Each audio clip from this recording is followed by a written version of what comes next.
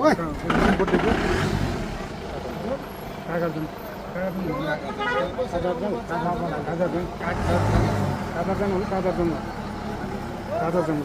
अब सिक्नु बस्नु अब अहिले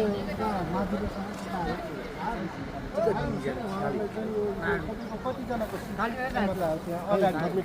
एकजनाको होइन दुईजनाको तपाईँ सहित दुईजना गुरुजी सहित तपाईँ दुईजनाको तपाईँ सहित तिनजना छ बिल्कुलमा हेर्नु त कति छ 12 सिक्यो हो अगाडि 12 सिक्यो हो त्यो 12 सिक्यो भने चाहिँ अगाडि कति छ अगाडि भन्ने हुन्न सर चालक सहित दुईजना हो क्या अगाडि तपाईँले दुईजना बसिराख्नु भएको छ है यहाँ लिस्टमा किन राख्नु भोलि प्यासेन्जरलाई असहज भयो तपाईँले चलाउने मान्छेले गाह्रो भयो भने एक्सिडेन्ट सम्भावना हुन्छ राम्रो मान्छे देख्यो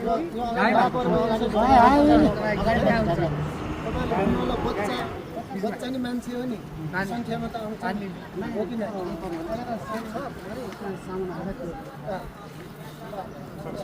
यात्रा नगर्छ